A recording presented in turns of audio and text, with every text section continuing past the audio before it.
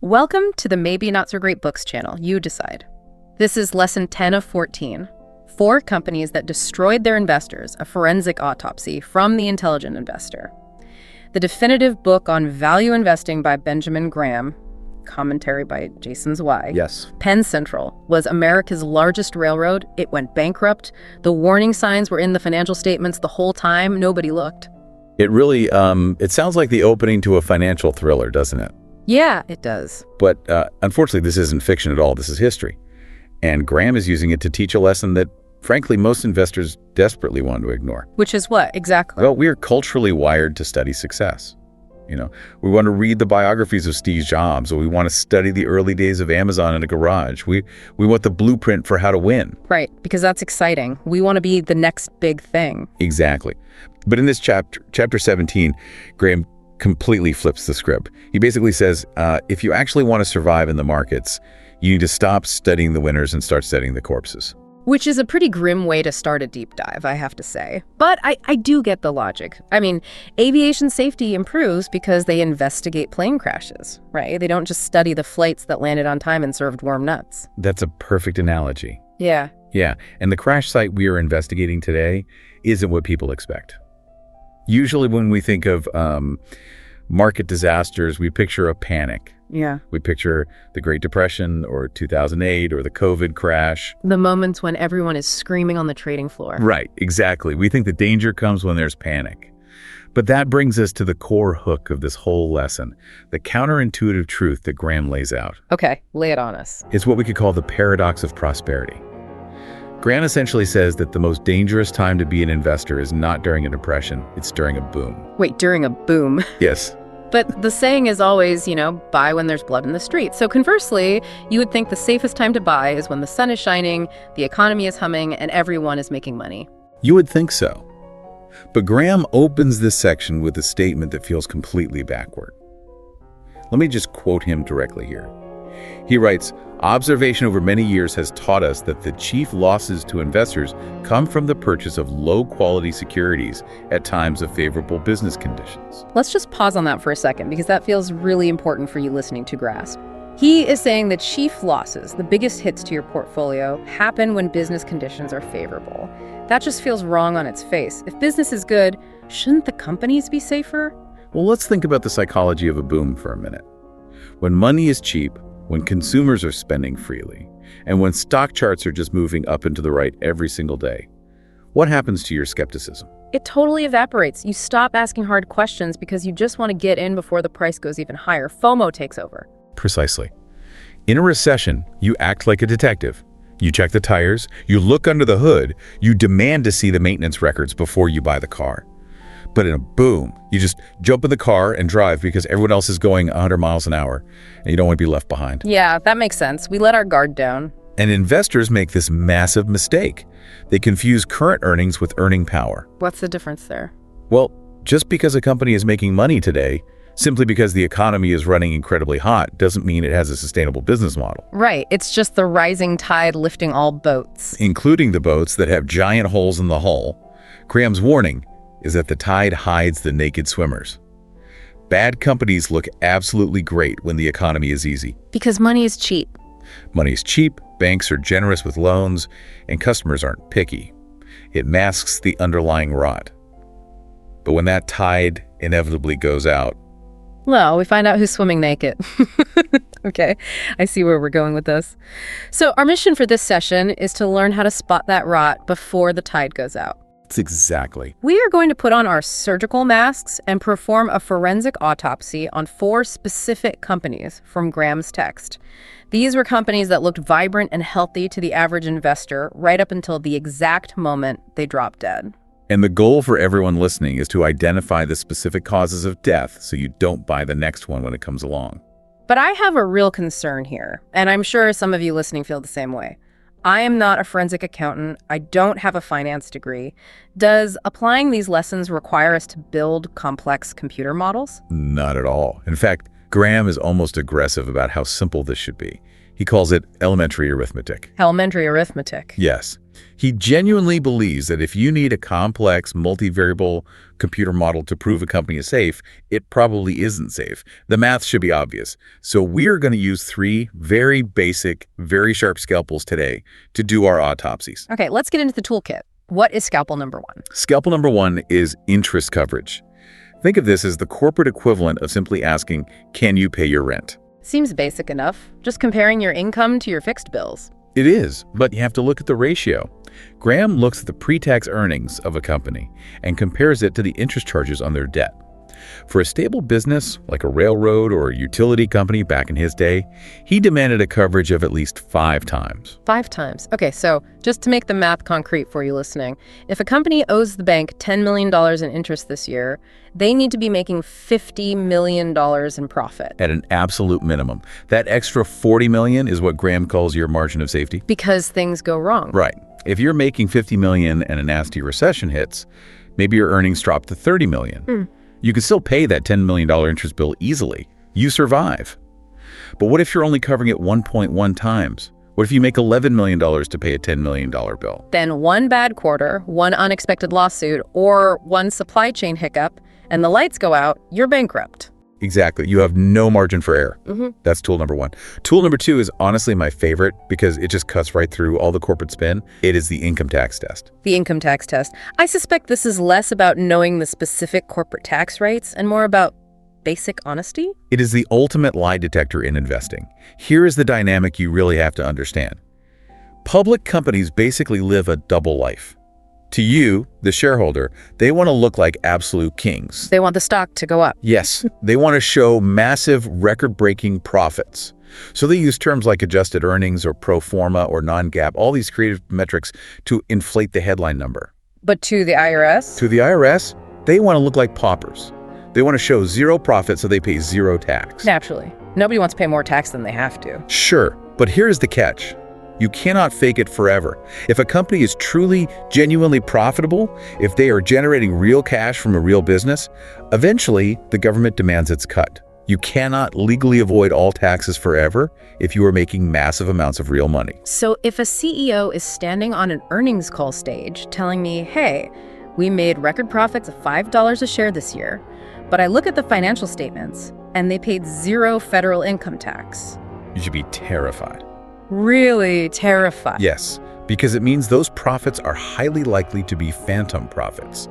They exist on paper, they exist in clever accounting adjustments, but they do not exist as hard cash in the bank account. Because real income pays real taxes. Exactly. If the most aggressive collection agency on earth, the U.S. government, doesn't think the company actually made money, why should you believe they made money? That is a wildly powerful heuristic. Just look at the tax check. Okay, what's the third tool in our kit? Stock dilution.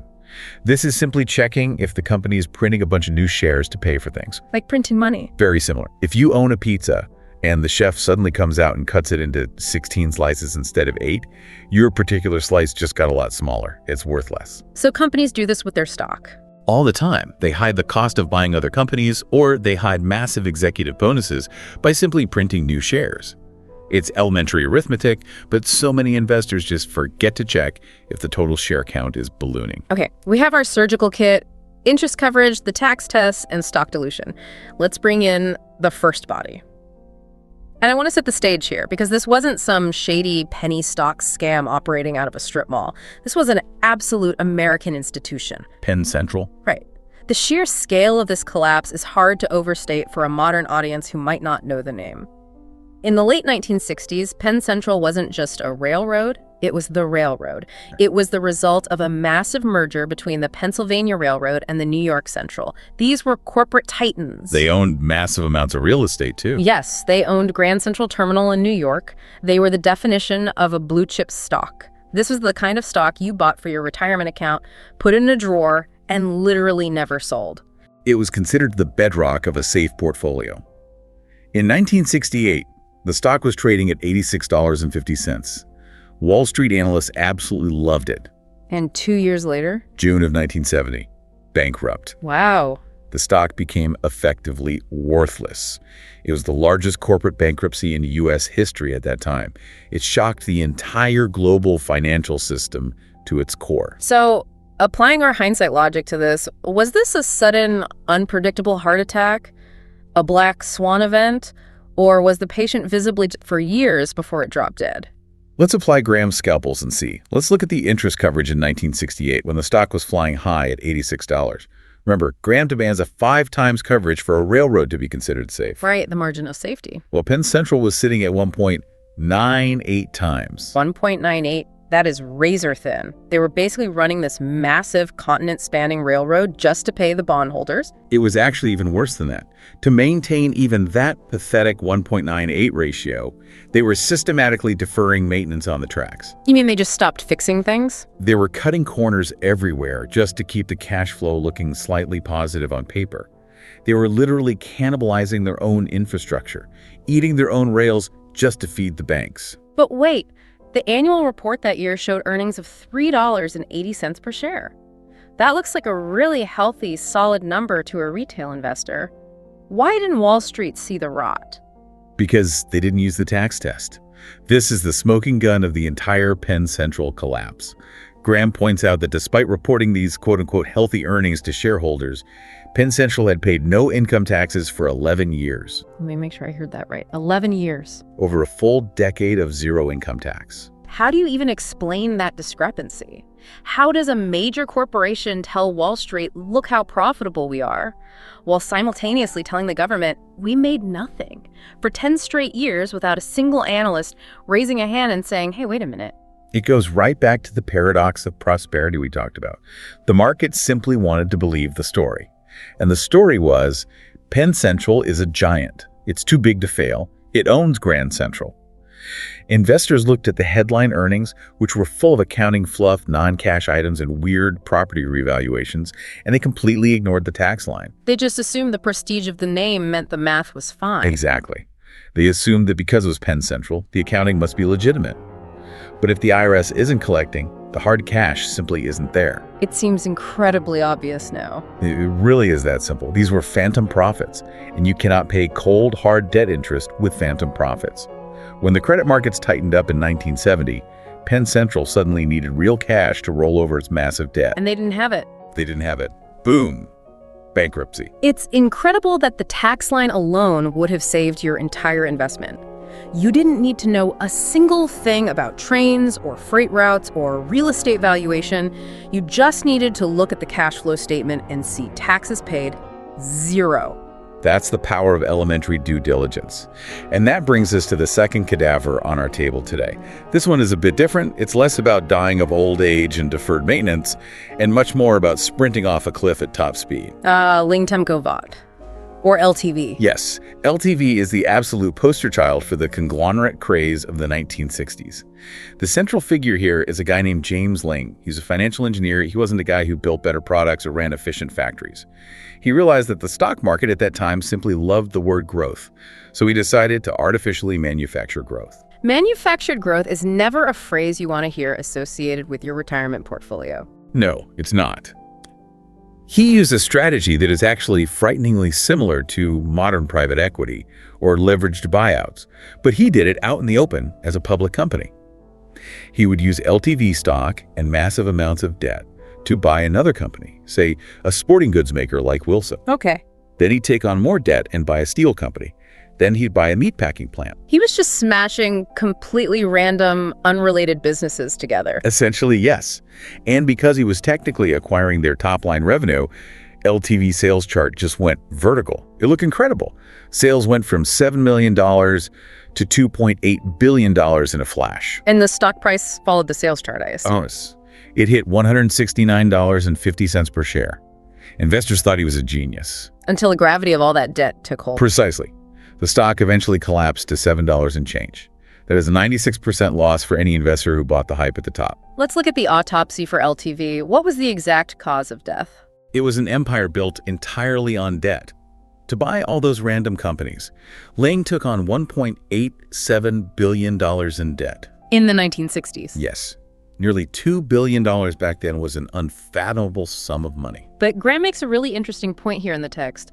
He doesn't actually blame James Ling as much as he blames the enablers. The bankers. This is such a crucial lesson for you listening today.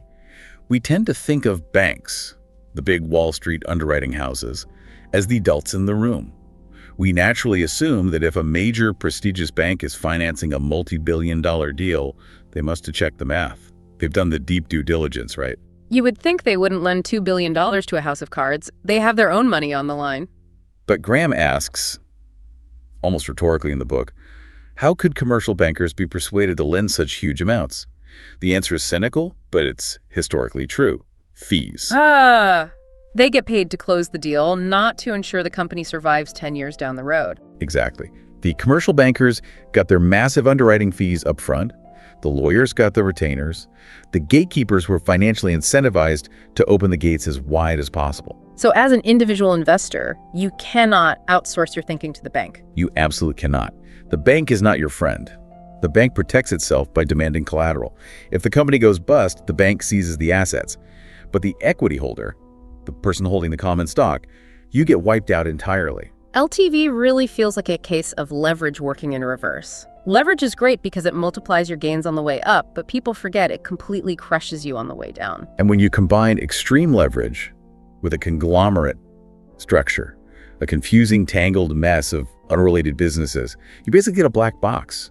No one actually knew what LTV was worth because the accounting across all these different industries was so messy. Which segues perfectly into our third case study.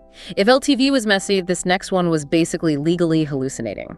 Let's talk about NVF Corp and Sharon Steel.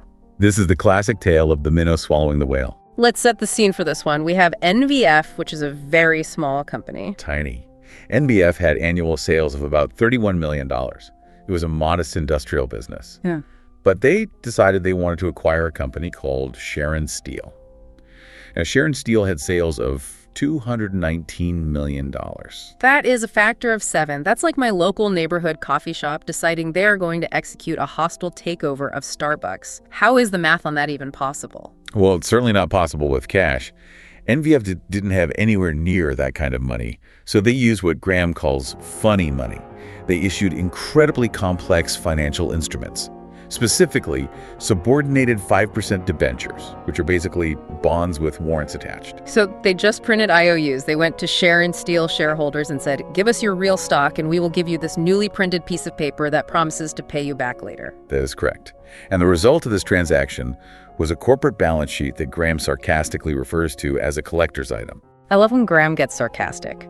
You know, when Benjamin Graham calls your accounting a collector's item, you should probably run for the hills. It genuinely means it's a disaster. After the deal closed, this tiny company, NVF, suddenly had $163 million in debt on its books. Do you know what their tangible equity was? The actual hard value of the company's assets minus its liabilities. I'm guessing not much. $2.2 million. So they owed $163 million and they owned $2 million. They were leveraged 74-1. It's almost comical. But here is the truly forensic part. The exact trick that fooled so many retail investors. How did they avoid showing a massive immediate loss on their financial statements? They used a very specific, very tricky accounting maneuver involving something called the bond discount. Okay, we really need to slow down and explain this part thoroughly. It sounds like dense technical jargon, but the underlying logic is actually a fascinating magic trick. Okay, let's visualize this. NVF issues these bonds to buy the steel company. But because NVF is a tiny, highly risky company, the market isn't stupid. Nobody thinks these bonds are actually worth their full face value. The market values them at a steep discount. Give me some numbers. Let's say the printed bond says, I am worth $100 when I mature. But the market says, you're way too risky. I will only pay you $60 for that bond today. Okay, so that $40 difference, that's the discount. And that represents the risk. The market is basically saying, we don't trust you to actually pay us back, so we are demanding a huge discount up front to make it worth our while. Right. And in reality, in terms of basic business logic, the discount is a massive cost to the company. It's the cost of having terrible credit. It's exactly like paying extra points on a mortgage because you have a bad credit score. It is a financing expense that should directly reduce your reported profit. So NVF should have taken that massive discount and recorded it as a huge expense, which would have completely wiped out their earnings and shown everyone they were broke. But they didn't. What did they do? They took that cost of financing, that penalty for being risky, and they recorded it on their balance sheet as a deferred asset. Wait, I want to make sure I understand this. They took a cost, a massive financial penalty for being a risky borrower, and they listed it on the asset side of the ledger, as if it was something of value, like a factory or cash. Yes. They argued that because incurring this cost allowed them to successfully acquire Sharon Steel, the cost itself was part of the investment. So instead of calling it a hole on the bottom of the boat, they listed it on the books as a brand new sale. That is incredibly bold. That's like me taking out a payday loan at 50% interest and then telling my wife that the 50% interest fee is actually a household asset because it let me buy a new TV. It's a perfect analogy. Look how rich I am. I have all these expensive loans. It was technically legal under the accounting rules at the time, but it was profoundly deceptive to the average investor. So Graham's lesson here is really about reading the footnotes, isn't it? Absolutely. If you just looked at the top line total assets number, NVF looked huge. They looked like a powerhouse. Yeah. But a massive chunk of those so-called assets were just the accumulated costs of their own terrible high-risk financing. It just reinforces the most basic definition of investing. An asset is something that eventually puts cash in your pocket. A deferred financing charge is vapor. It puts nothing in your pocket. And naturally, just like the others, NVF eventually struggled under the immense weight of all that jet. But for a brief, shining moment, the accounting magic made the impossible look highly profitable. Wow. Let's move to the fourth and final case study on our table. This one feels a bit different. It's less about complex accounting fraud and much more about mass human hysteria, AAA enterprises. This is the one that really hurts the most to read about because it's just so distinctly human. It doesn't rely on bond discounts, it relies on pure greed and shiny buzzwords. The protagonist here is a guy named Williams, right? A young guy. Yes, he's a college student. He starts a very mundane business selling mobile homes. Okay, mobile homes were a hot sector in the late 60s. They were, but Williams adds the magic ingredient to his business model. He taps into the ultimate corporate buzzword of that era, franchising. Franchising. I mean, today that buzzword would be AI or crypto or maybe the metaverse a couple of years ago. But in 1968, if you put the word franchise in your pitch deck, people just threw money at you. Exactly. The concept of McDonald's was exploding, so everyone thought franchising was a license to print money. He started selling franchises for his mobile home business, and then he decided to pivot entirely and started selling tax preparation franchises. What do you call it? He called it Mr. Tax of America. Mr. Tax of America. You really cannot make this stuff up. It sounds like a gag from a sitcom. It does sound like a joke, but Wall Street took it very seriously. He takes this company, AAA Enterprises, public in 1969. The IPO price is set at $13 a share. The public goes absolutely wild for it. The stock immediately doubles to $28. Let's do the elementary arithmetic on this one. Let's look at the math when the stock hit $28 a share. What was the entire company actually worth at that price? The market capitalization, the total value of the market placed on the business, was about $84 million. $84 million. And how much actual money was Mr. Tax of America making at the time? In their absolute best case historical scenario, and this is being very generous with the numbers, they earned maybe $690,000. Okay, an $84 million valuation on $690,000 in earnings. Let me do the math. That means the price to earnings ratio, the PE multiple, was roughly 115. 115 times earnings, yes. Just for context for anyone listening who might be new to valuation, the historical average PE ratio for the entire S&P 500 over the last century is somewhere around 15 or 16 times. Right. To rationally justify paying 115 times earnings, a company has to grow its profits at a superhuman rate for decades into the future. This was a mobile home franchise run by a guy fresh out of college. The mathematical reality was completely divorced from the stock price. So why did people buy it? Why were people fighting each other to buy at $28? Graham delivers what I think is one of his most savage, brilliant lines in the entire book right here. He writes, "The speculative public is incorrigible. In financial terms, it cannot count beyond 3. Cannot count beyond 3. That is just brutal. He means that when the hype cycle takes over, Basic arithmetic completely stops. People aren't buying a share of earnings. They aren't analyzing asset. They're just buying the action. They see the stock moving up rapidly, they hear the magic word franchise, and they buy blindly. They're basically buying a lottery ticket, not a piece of a business. Exactly. And the inevitable result? Let me guess. Bankrupt by 1971. The stock went straight to zero. Total wipeout. This brings us perfectly to the present day, because I can easily hear a listener sitting in their car right now saying, okay, this is a fascinating history lesson. Railroads, steel mills, mobile home franchises. But guys, it is 2026. We have the internet now. We have real-time data. We have the Sarbanes-Oxley Act. We have SEC supercomputers monitoring trades. This kind of blatant stuff simply cannot happen anymore, right? Oh, I would argue it happens every single day. In fact, because of the speed of information, it happens much faster now. Let's connect the historical dots for the listener. We have the commentary from Jason Zweig at the end of this chapter, and he draws direct, bright lines from Graham's era to the modern markets. Let's take Penn Central and their phantom profits. Where have we seen that recently? That is and I mean line for line, exactly what Enron did. Enron. Yes. Enron used a trick called mark-to-market accounting. They would sign a 20-year contract to deliver energy, and they would book all 20 years of estimated future profit on the very day they signed the contract. Even though they hadn't collected a dime yet. Exactly. They reported billions of dollars in record profit to Wall Street, but they paid almost zero in cash taxes, and their cash flow statement was bleeding out.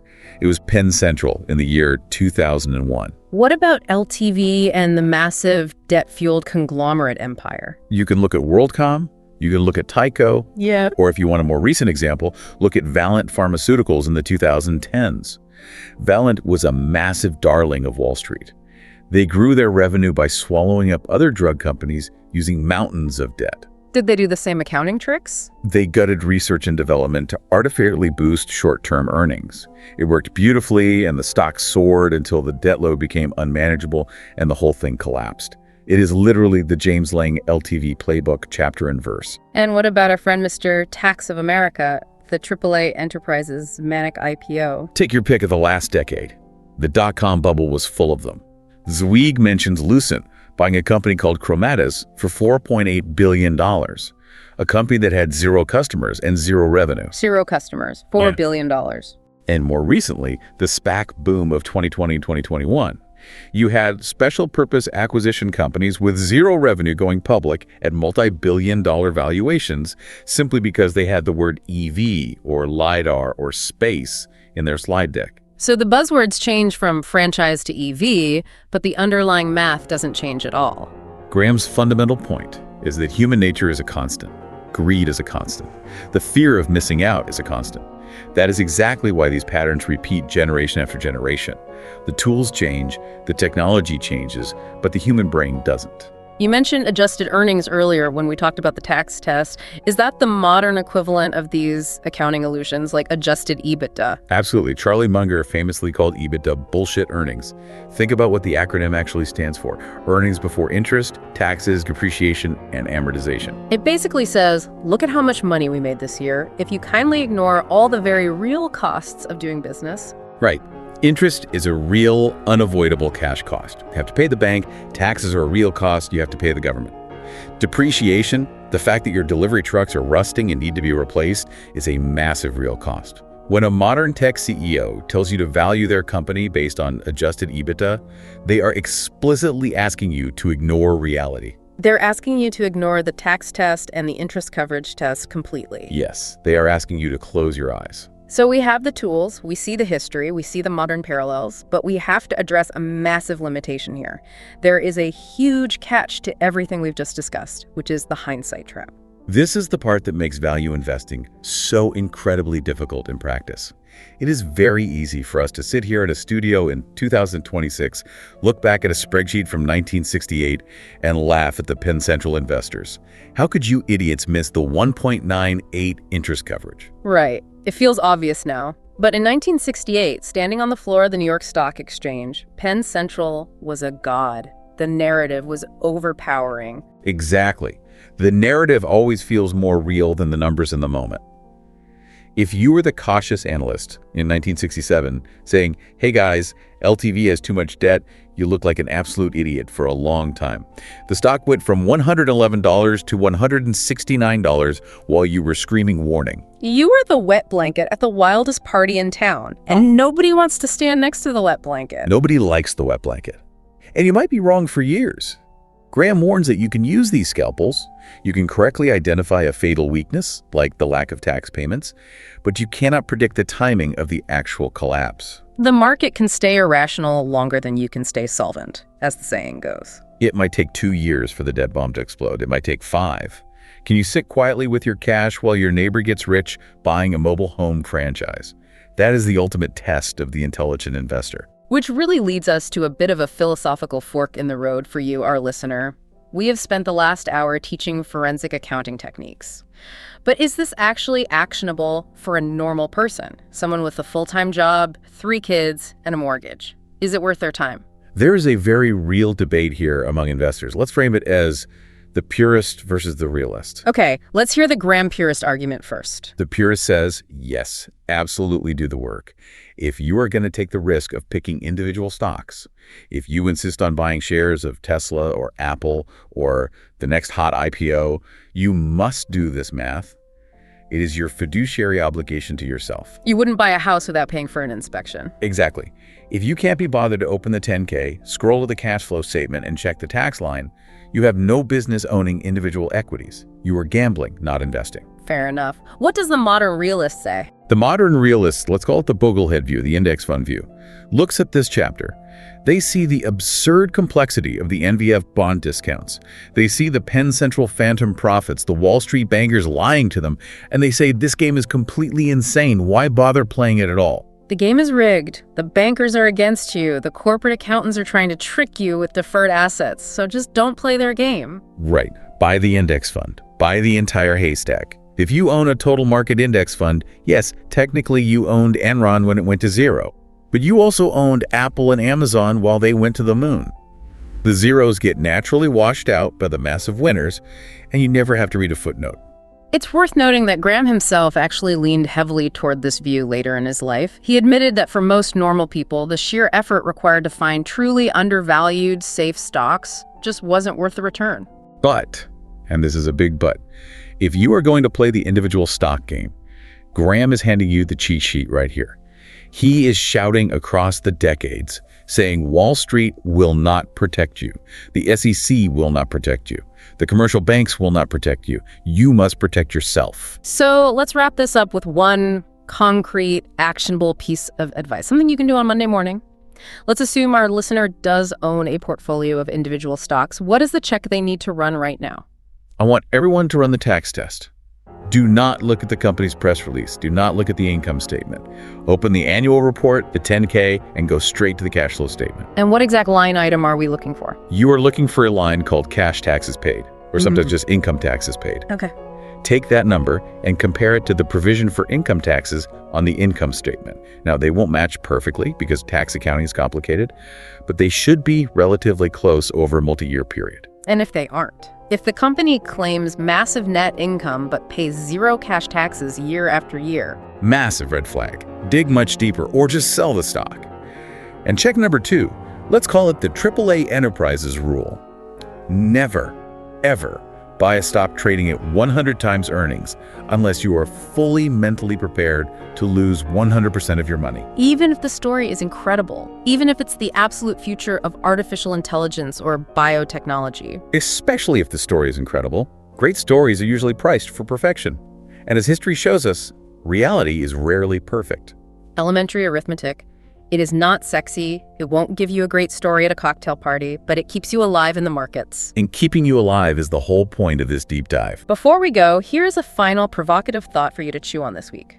We talked a lot today about how companies manipulated their balance sheets by classifying costs as assets, NVF and the bond discount.